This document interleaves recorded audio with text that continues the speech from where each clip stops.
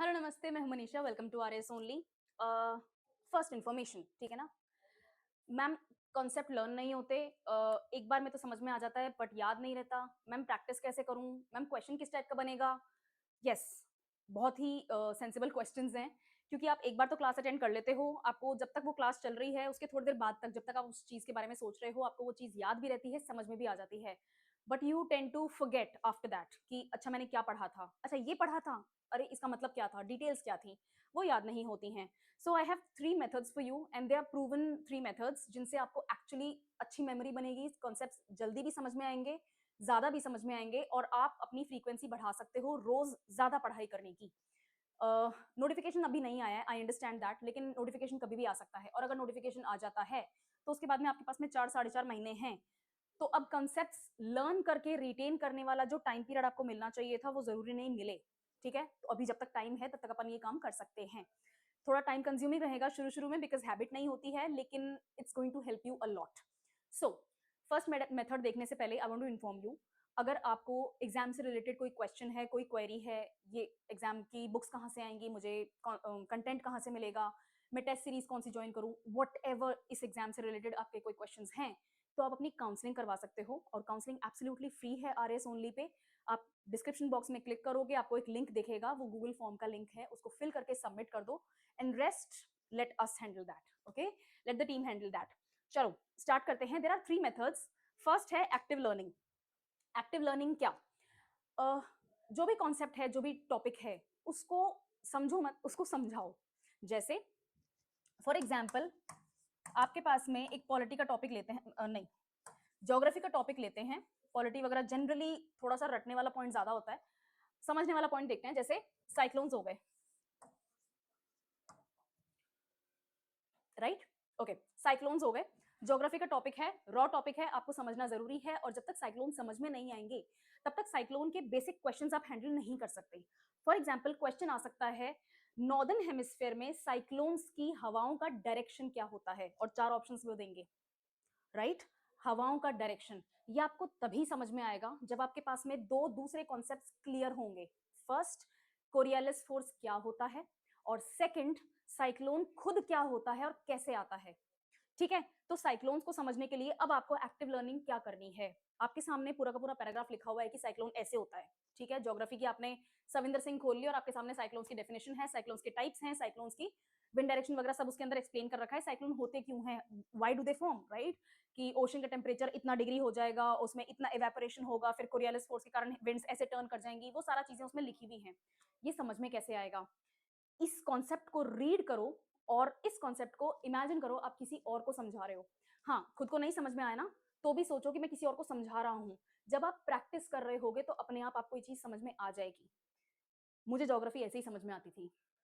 ठीक है, there are some people, not exactly me, but हाँ कुछ चीजों में अपन इमेजिन नहीं कर पाते हैं, because the scale of that topic is so damn big कि हम इमेजिन नहीं कर सकते कि ये काम हो कैसे रहा होगा, राइट? उसके लिए बहुत अच्छी हेल्प है कि आप एक्टिव लर्निंग में टीचिंग मेथड यूज करो, जैसे सेल्फ टीचिंग होती है, राइट? शीशे के सामने बैठो, हंसना नहीं है, ठीक है, शुरू शुरू में हंसी आएगी, बट आप अपने आप को ये चीज पढ़ा सकते हो। और सिर्फ इसी के साथ नहीं, ये चीज आपके ज्योग्राफी में ही नहीं, जनरली इकोनॉमिक्स में भी काम आएगी। इकोनॉमिक्स में जैसे आपका टॉपिक है जीडीपी, राइट? बहुत ही सिंपल सी चीज है, जीडीपी में बहुत सारी चीजें आती हैं। अगर आपने जीडीपी समझना है तो आपको सबसे पहले इन्फ्लेशन समझना पड़ेगा। इन्फ्लेशन समझना चाहते हो तो बैंकिंग प्रोसेस समझना पड़ेगा। बैंकिंग प्रोसेस समझना चाहते हो तो आपको सीआरआर, एसएलआर ये भी जानने जरूरी है। Repo rate, reverse repo rate ये भी जरूरी है। आपको फिजिकल पॉलिसी आनी चाहिए, आपको मॉनेटरी पॉलिसी आनी चाहिए, ठीक है ना? ये सारी चीजें समझने के लिए एक एक टॉपिक को सेल्फ टीच करो। मैम इसमें टाइम बहुत लगेगा, यस आई नो, अभी टाइम है, ठीक है, अभी है। और ऐसा तो है नहीं कि आपको कोई भी कॉन्सेप्ट अभी तक समझ में नहीं आया, काफी कुछ तो याद हो गया होगा, ठीक है? ये चीज हिस्ट्री में काम नहीं करेगी। हिस्ट्री के लिए आई हैव ऑर्गेनाइजेशन। जैसे आप माइंड मैप्स बनाओ,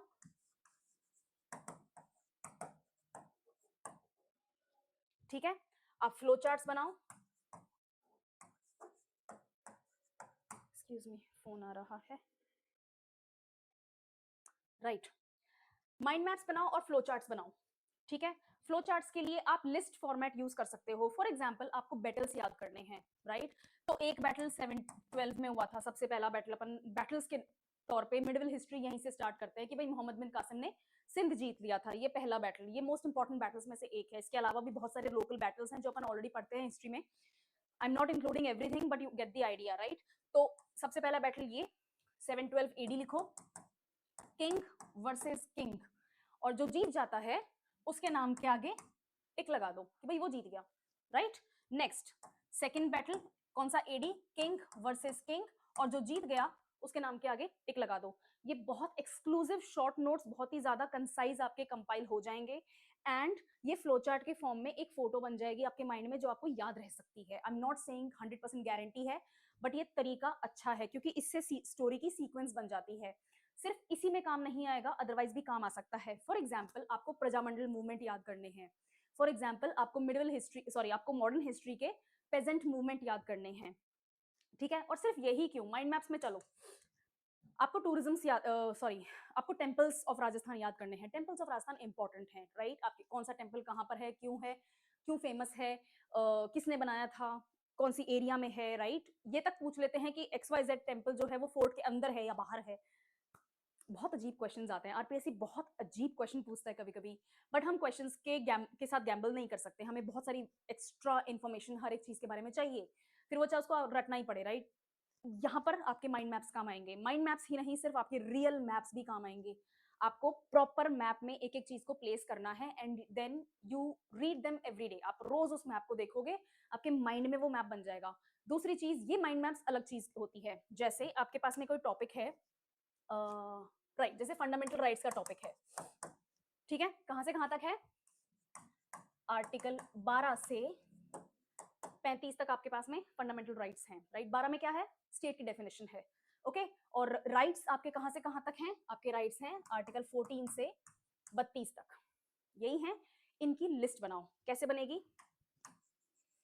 12 में आपने स्टेट की डेफिनेशन लिख दी, तो यहां पर अब आपको आगे लिखना है स्टेट। नेक्स्ट आर्टिकल 13 में, और वन वर्ड लिख दो। नेक्स्ट आर्टिकल 14 में वन वर्ड इक्वालिटी लिख दो, ठीक है? नेक्स्ट आर्टिकल 15 में अब एक्सेप्शंस आ जाएंगे। नेक्स्ट डिस्क्रिमिनेशन नहीं होना चाहिए, यही ना आर्टिकल 15, राइट? नेक्स्ट आर्टिकल 16 में क्या है? इस तरह से आप आर्टिकल 9, जैसे 19 है तो आर्टिकल 19 में क्या है? 6 राइट्स हैं, ठीक है? तो 6 फ्रीडम राइट्स जो है वो आर्टिकल 19 में है। तो फ्लो चार्ट के अंदर फ्लो चार्ट बन जाएगा, और उसके अंदर कोई एक्सेप्शन है तो वो उसके साथ में और आगे लग जाएंगे, राइट?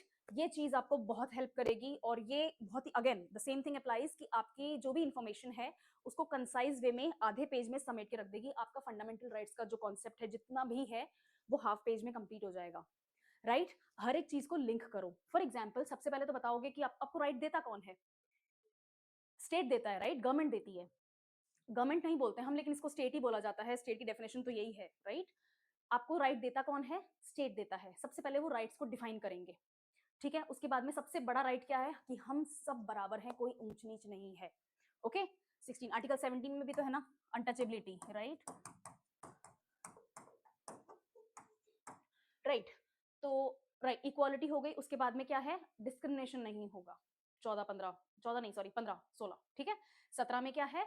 अनटचेबिलिटी नहीं होगी। 18 में क्या है? कोई किसी को टाइटल नहीं लगाने की अनुमति होगी। अगर टाइटल होगा तो फिर ऊंच नीच हो जाएगी ना, कि भैया वो ज्यादा इंपॉर्टेंट है, उसके पास में टाइटल है।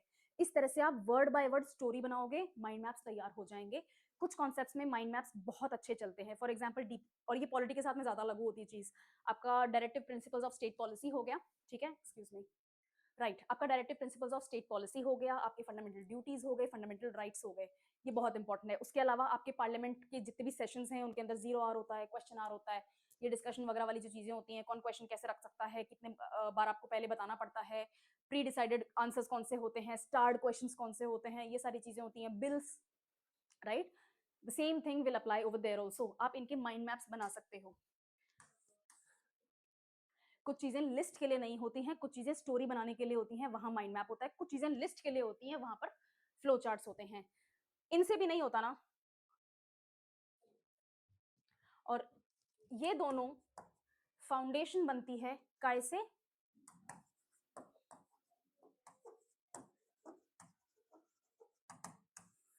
इससे। क्वेश्चन सॉल्व करो, मॉक क्वेश्चन सॉल्व करोगे, बहुत हेल्प मिलेगी। लेकिन सिर्फ क्वेश्चन सॉल्व करके छोड़ नहीं देना है। क्वेश्चन सॉल्व करने के बाद में आपको उसको इवैल्यूएट करना है। 2 तरीके के क्वेश्चंस होते हैं। एक तो जो बिल्कुल आपको आते हैं, तो वो तो बात ही खत्म हो गई, वो तो आते हैं ना मेरे को, मैंने आंसर भी ठीक करा है उनका, राइट? उसके अलावा 2 तरीके के क्वेश्चंस होते हैं। एक जिसमें आपको एलिमिनेशन मेथड यूज करना पड़ा कि यार इसका लॉजिकली ये आंसर तो होना ही नहीं चाहिए, ऑप्शन बी भी मुझे नहीं लग रहा, सी और डी में कंफ्यूजन है, लेट्स गो विद सी। वो सही भी हो सकता है, वो गलत भी हो सकता है। अगर वो सही हो जाता है तो भी उसको नहीं छोड़ना है, पढ़ना है। अगर वो गलत हो जाता है तो ऑब्वियसली आपको पढ़ना है। और चौथा होता है जिसमें आपको बिल्कुल ही आपने तुक्का ही मारा है, राइट? वो पढ़ना है। बिना इवैल्यूएशन के मॉक क्वेश्चंस को करने का कोई फायदा नहीं है। और उस इवैल्यूएशन के दौरान आपका रिविजन हो जाएगा। Then sleep on it and then revise it again. अभी तक बेसिक कोर्स आपका हो गया होगा, एटलीस्ट आधा सिलेबस तो आपने बेसिक कोर्स कर लिया है।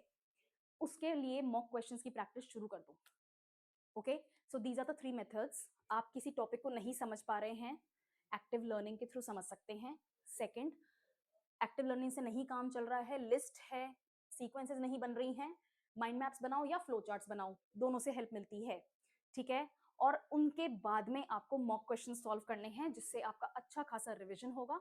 और रिविजन करोगे तभी रिटेन कर पाओगे इंफॉर्मेशन को, उसका रिटेंशन तभी पॉसिबल है, वरना याद नहीं रहेगा। Okay, I hope this works for you.